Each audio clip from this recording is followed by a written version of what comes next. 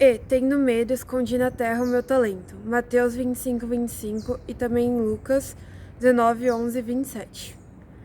Essa referência evangélica faz parte de uma das parábolas mais conhecidas que encontramos no Novo Testamento, a parábola dos talentos. Como aparece designada no Evangelho de Mateus, ou a parábola das minas, como está no Evangelho de Lucas, independentemente do título que tenha, o conteúdo é o mesmo.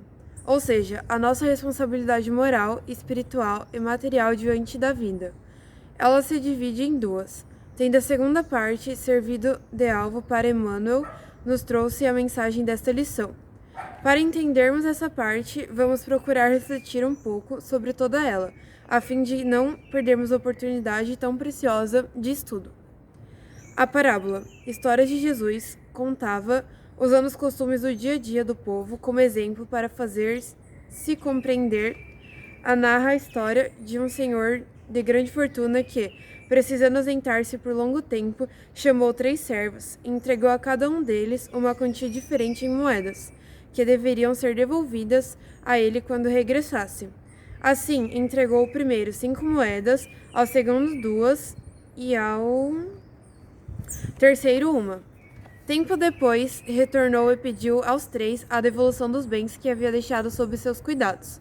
O primeiro apresentou-se trazendo as 5 moedas e mais outras 5 que havia ganhado, porque aplicara com critério o que lhe havia sido confiado. Contente com o lucro que o servo obtivera para si, disse-lhe que, por haver se saído bem na tarefa pequena, daria-lhe agora maiores tarefas. O segundo, a quem ficara o encargo de guardar 2 moedas, também se apresentou diante do Senhor com o valor dobrado daquilo qual fora depositado. Feliz com o desempenho do segundo servo, entregou a ele também a tarefa muito maior do que a anterior, pois sabia que ele tinha condições de executá-la, já que havia sido diligente nessa pequena tarefa. O terceiro servo, aquele que ficou encarregado de zelar por uma moeda, apresentou-se diante do Senhor e lhe disse que, tendo medo de perder o que lhe havia sido confiado, escondeu-a na terra até que ele voltasse e estava naquele momento devolvendo-lhe a única moeda que lhe fora entregue. Apesar de contar com apenas uma moeda, foi incapaz de fazê-la dar lucros, pois, temeroso, não tivera coragem de lutar para valorizá-la. Evidentemente, o senhor, aborrecido com o insucesso do servo, expulsou-o os seus domínios, deixando à mercê de seus próprios medos e temores, para que aprendesse a valorizar o pouco que tinha, transformando esse pouco em muito. A lição de Jesus não deixa dúvidas com relação a nossas atitudes diante das possibilidades que temos de trabalhar em nosso benefício e dos que nos cercam. Melhorar para progredir é a senha do Pai Criador para a nossa evolução. Para que esse progresso se realize através do nosso trabalho, Deus distribui seus bens para que todos de posse deles, não de todos eles, e não da mesma quantidade, possam multiplicá-los em benefício de muitos. Assim, alguns recebem talentos e outros não possuem, para que cada um, dentro de suas possibilidades, faça com que se multipliquem e, quando compartilhados, também uns com os outros, gerem o progresso de todos. Na questão 804 do Livro dos Espíritos, Kardec pergunta aos espíritos superiores por qual razão Deus não deu as mesmas aptidões para todos os homens.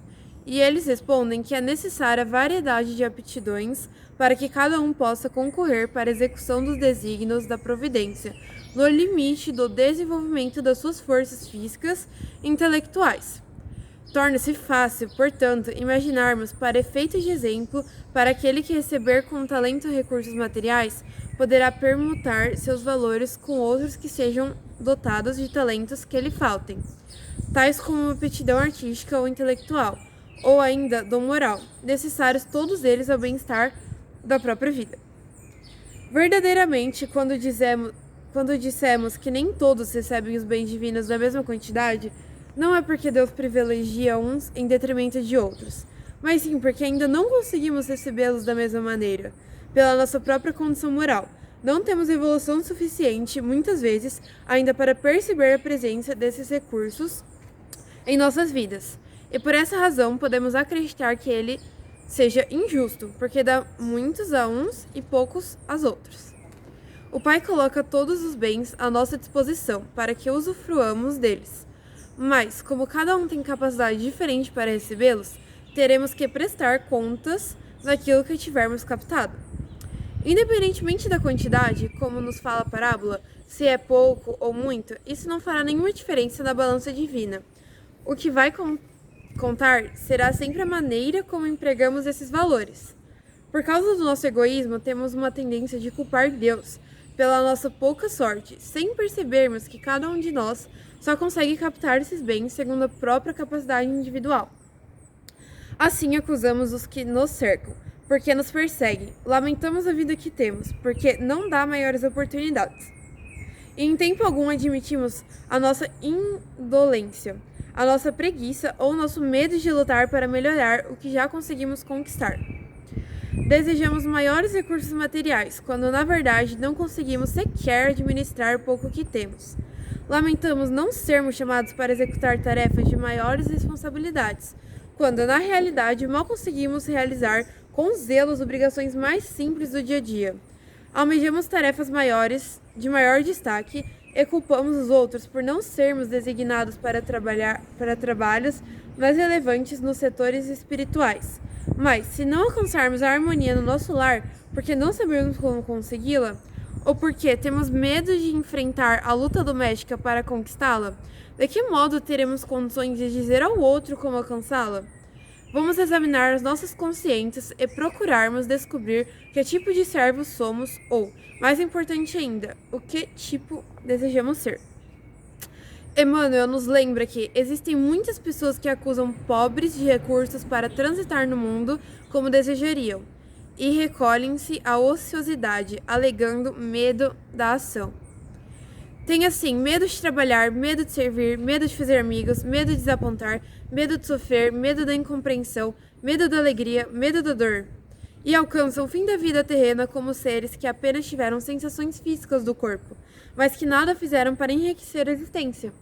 Quase sempre essas criaturas tornam-se campeãs da preguiça e da inutilidade, pois sob o pretexto de serem menos favorecidas, ignoram até as condições básicas de higiene de seus corpos, da limpeza do local onde moram, permanecem debruçadas na janela da ociosidade, mais preocupadas em ter medo ou culpar os outros, e se queixarem indefinidamente de suas malezas, sem vontade de se reerguerem, iniciarem um processo de faxina física e mental. Estamos sempre colocados no lugar certo, no tempo certo, com as pessoas que podem nos ensinar se quisermos aprender, e realizando a melhor tarefa para nosso crescimento. Deste modo, por mais rude que possa parecer a tarefa que nos coube no mundo, não temamos e façamos dela o caminho do progresso e renovação. O querido instrutor Emmanuel esclarece que, por mais sombria que seja a estrada que foste conduzido pelas circunstâncias, enriquece-a com a luz do teu esforço no bem, porque o medo não serviu como justificativa aceitável no acerto de contas entre o servo e o Senhor. Somos usufrutários de patrimônios que pertencem ao Pai e não encontramos Somos usufrutários de patrimônios que nos pertencem ao Pai e não encontramos no presente momento do campo das oportunidades negociando com os valores dele. Fiquemos, pois, mais atentos aos negócios que estamos realizando com os recursos que nos foram confiados no mundo por algum tempo.